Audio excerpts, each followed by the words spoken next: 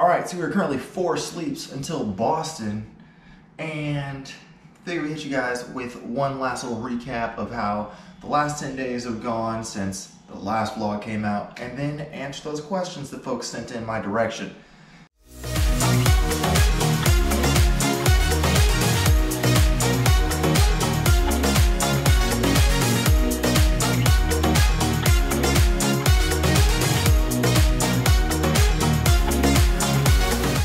It's not all unicorns and rainbows, alright? Yeah, the last video wasn't great in terms of where things are at, but my body's coming around. I'm feeling good about the progress on training, and I was able to knock out a few solid workouts.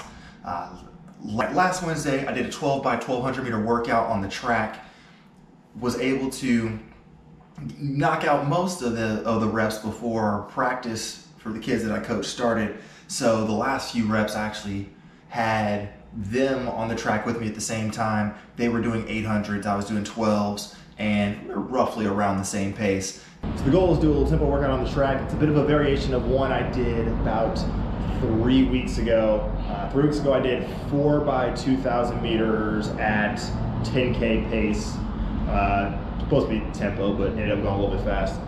So today I'm gonna go 8 to 12 by 1200s, somewhere between like 10K and 20K pace, just to see where the legs are at. Haven't done anything too hard since the back issue had flared up, and also don't need to go particularly hard this close to the race. So let's warm up. Gotta run around a bunch of kids doing finish up PE and then get it done.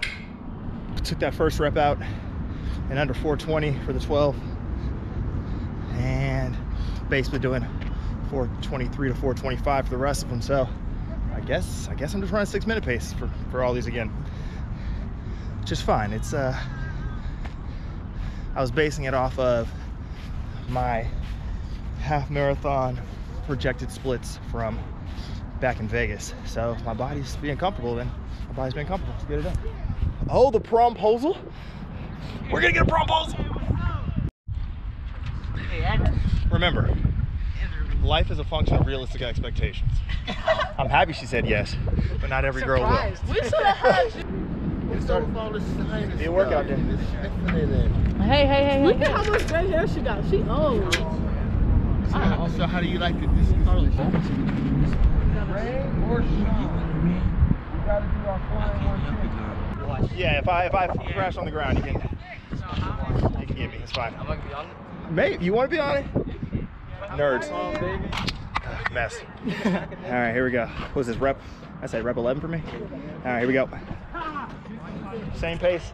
Be smooth, be quick, all right? Picked up an entourage. Sub 2 stop. That's it. Go. 251, good.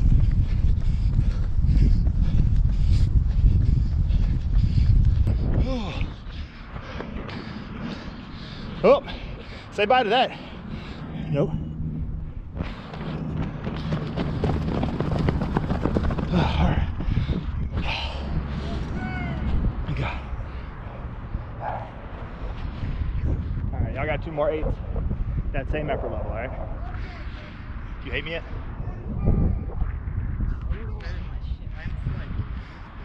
Your legs beat the crap? Yep. That's what happens when you take like 4 days off when we had practice and whatnot. Then try to hop into it. No, it was 2 days. Saturday? Sunday. I ran a bit. What'd you run on Saturday? I ran around like where I live. Real big. I ran around where I live. 1200s in the books.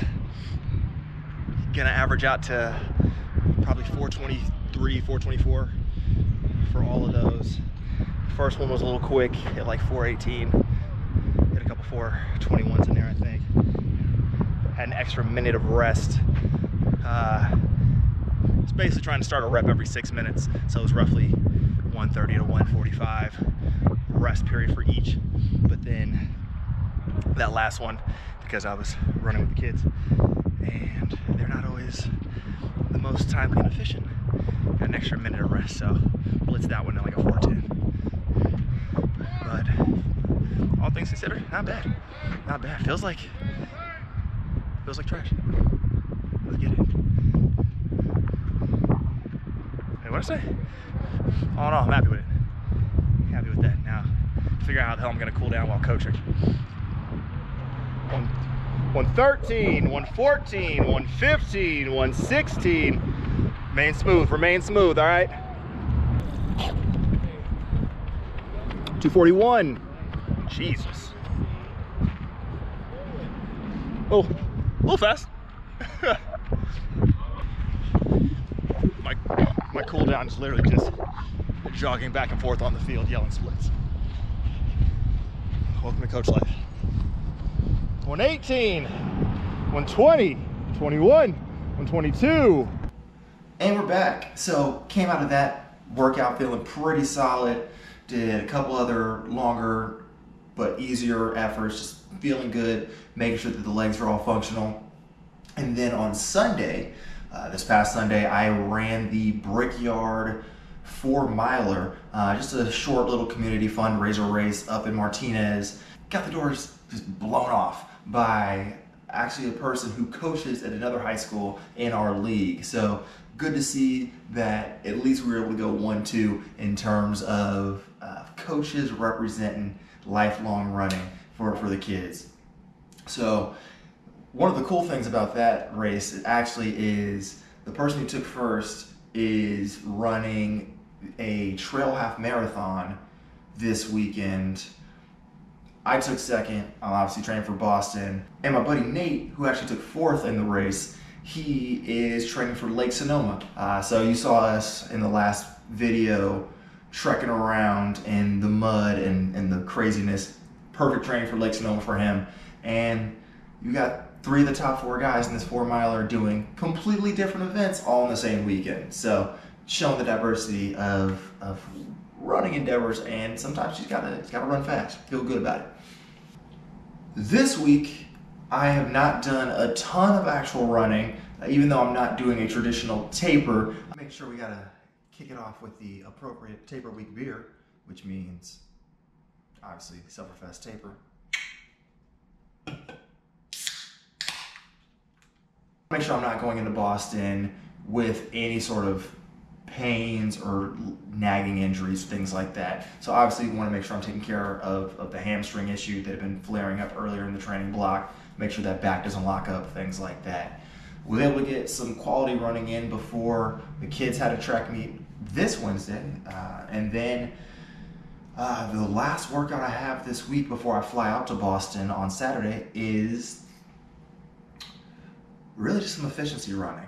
So I'm going to do a longer sort of warm up than normal. Typically before a track workout, I probably do somewhere between 1 and 3 miles. But I'll do a longer warm up and then just knock out some really fast and crisp 300s on the track just to feel loose. So dial in good cadence, good form, just train that muscle pattern before I hop on a flight for 6 hours across the country and then land in a wet and rainy Boston. So that's on deck for tomorrow. And that'll also be the last practice I have with the kids before I fly away and before they have spring break. So that's where we're at. We're gonna get it done. All right, to your questions. Thank you all for sending your questions in either on Instagram, Twitter, goes down in the DM, on the YouTube comments from the last Run Flat Stay Low vlog.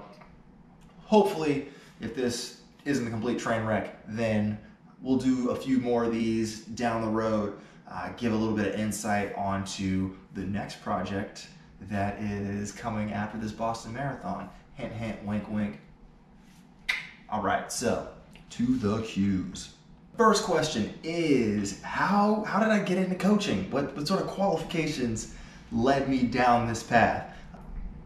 It actually worked out that I coach at my alma mater, and they were actually just without a coach. It was sort of an ultimatum. I was asked to come on as an assistant, and then when I showed up, sort of switcheroo, hey, if you're not the head coach, then they're not gonna have a track program.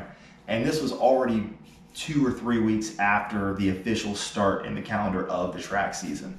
So you know, I guess I have to do it now. Gotta make sure that the folks have a track season, and just hopped right into it. So wanted to make sure that I was properly in a position to be training youth, especially.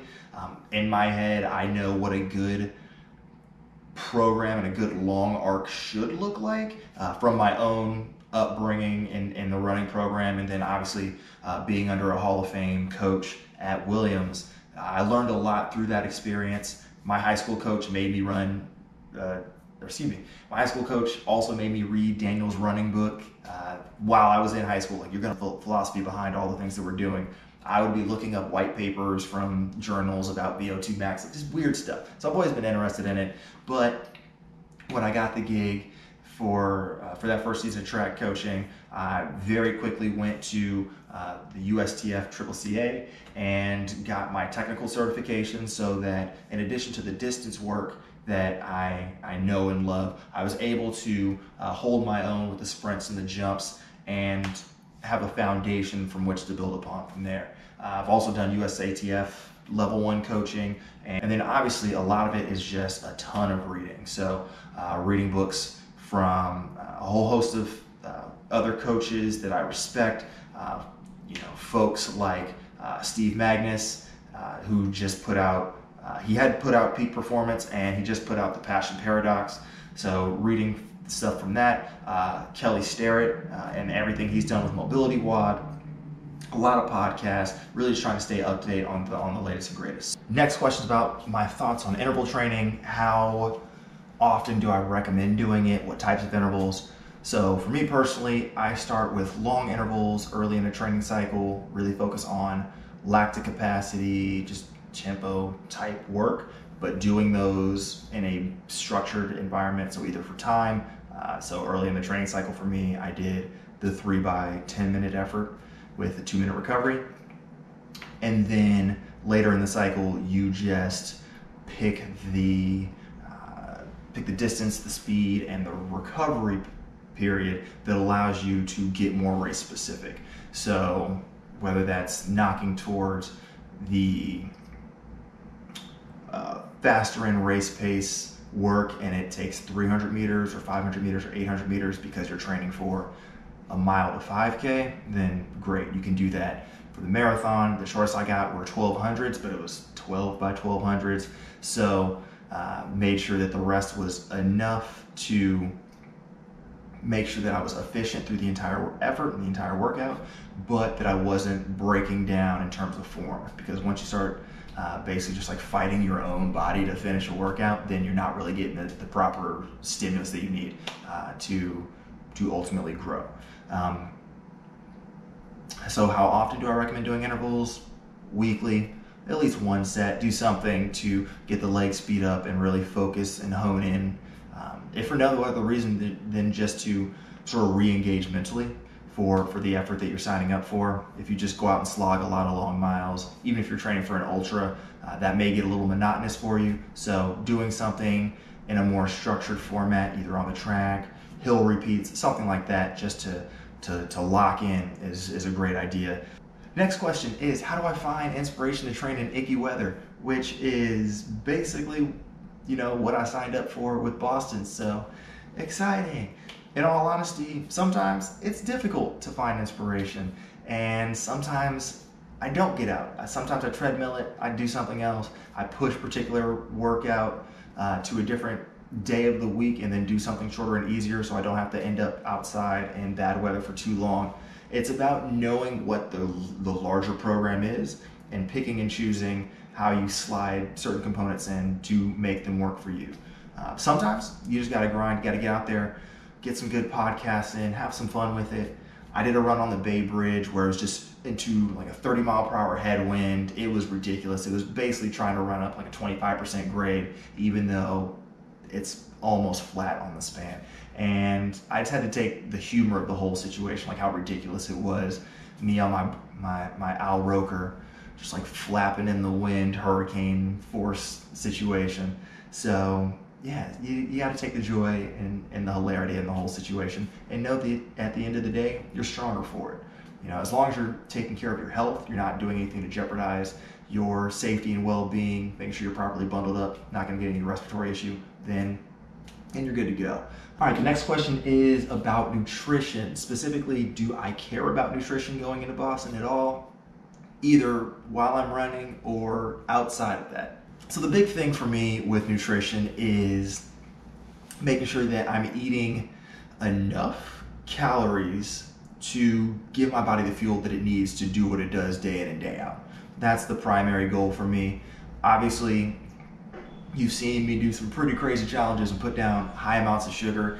That's, you know, I don't highly recommend that as a normal way of getting your nutrition, but obviously in certain periods of a big training cycle, that makes sense. Otherwise, I'm really focused on just hitting all the macromolecules, getting fats, getting carbs, and getting proteins into the system so that my body can adequately repair itself. In terms of nutrition for Boston specifically, going into the race the day before and whatnot, obviously I'll do a big meal the night before, because for me, I function best when I don't eat anything major within 3 hours of a big race effort. So for a race like Boston that starts at 10 a.m., my breakfast needs to be completely consumed by 7. My shuttle to the start line is between 6 and 6:45. So it doesn't really lend itself to me sitting down and having a really good breakfast in that window just before the 3-hour cutoff. So I'll have a big dinner the night before, some pasta, some chicken, things like that, to make sure that I'm hitting, again, all those macromolecules. And then that morning, probably do like bagels, some peanut butter, some basics to feel satiated, but then still have the time to easily digest it before the gun goes off. Really happy to have the Goo crew having my back. So what I will be rocking are basically just before the start, I'll have a Stroop waffle. That'll be the ticket. I will have a series of gels in my handheld bottle. My goal is to have one every 30 to 40 minutes. That's basically what I also did it across the years. And so I know that my stomach can handle taking in a gel at that speed. And then also that will also entice me to make sure that I'm drinking fluids at the rate I need, because any gel should be taken with water to help the digestion and uptake of all the nutrients in there. I will also have, sort of as a fail-safe, some electrolyte tabs. So with the electrolyte tabs, I can, if I go through the entire bottle, then I can take water in that bottle, keep moving along the course, and then have the electrolyte tabs to make sure that I'm still staying on top of it. In the bottle, I will be rocking the Goo Roctane Summit Tea flavor specifically, because it's my favorite. For the race itself, it's all Goo crew for me. Salty Squad, represent. It'll be a lot less painful than that Mountain Outpost Challenge video. Let's put it that way.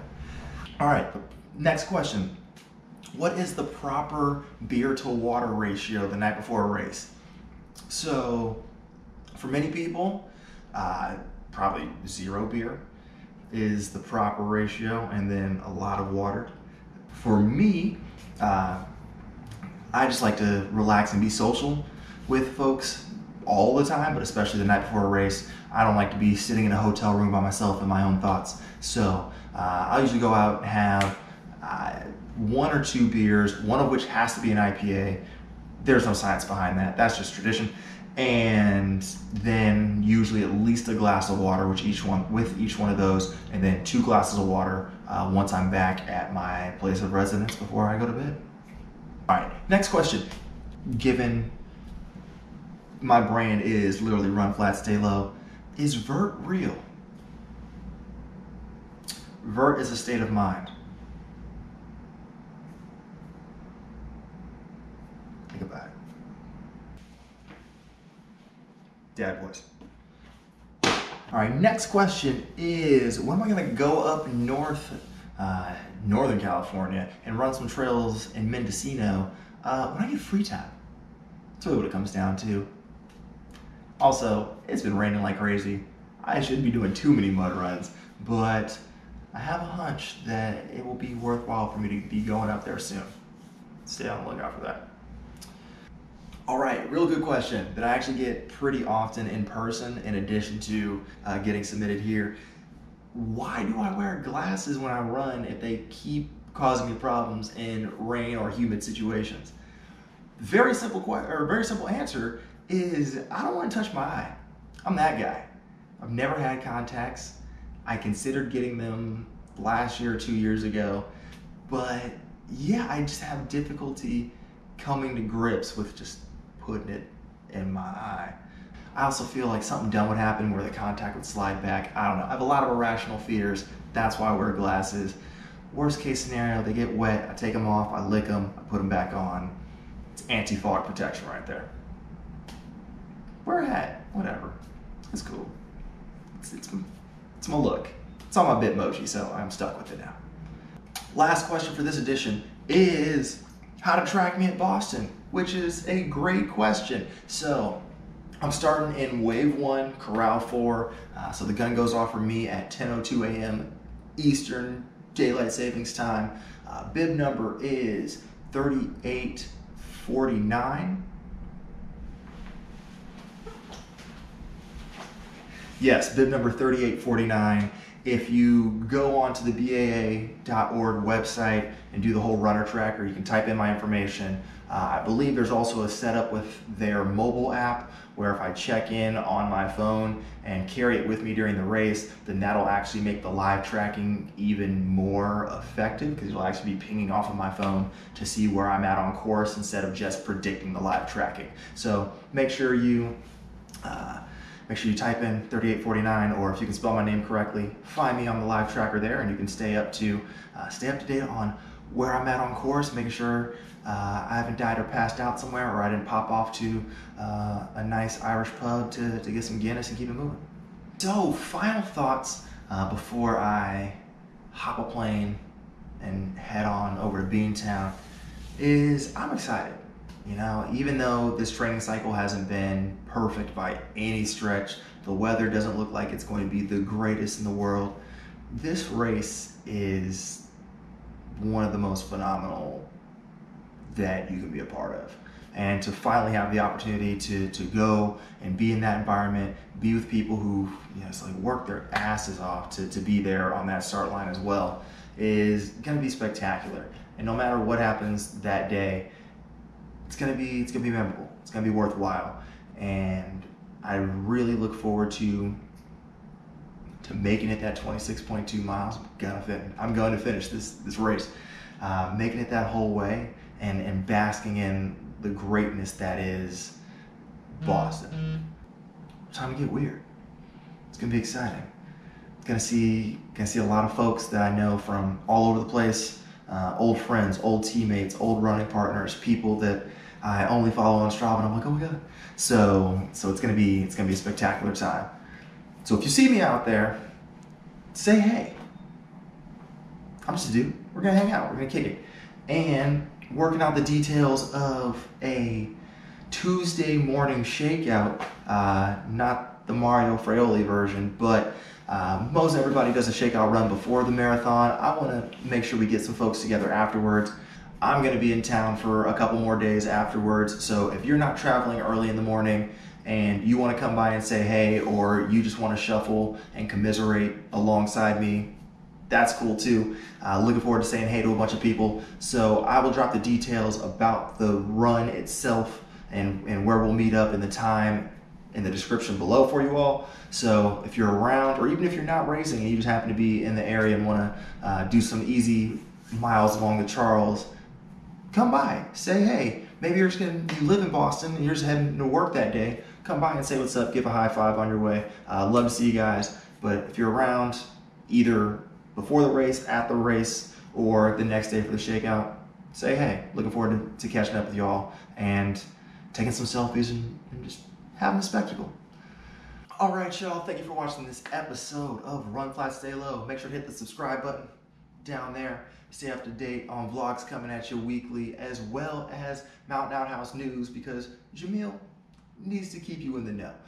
Make sure you also check us out, Mountain Outpost, on Twitter, Facebook, and Instagram. Follow me on the socials at Schuyler Hall. And then 3849, throw it in that Boston tracker and just hit that story. It's like karaoke, bouncing ball style, whatever. I don't know how it's gonna look. I'll be running at the time. So make sure that you support all of your local runners who are gonna be out there. Show some love, and I'll see you guys again on the other side of the war.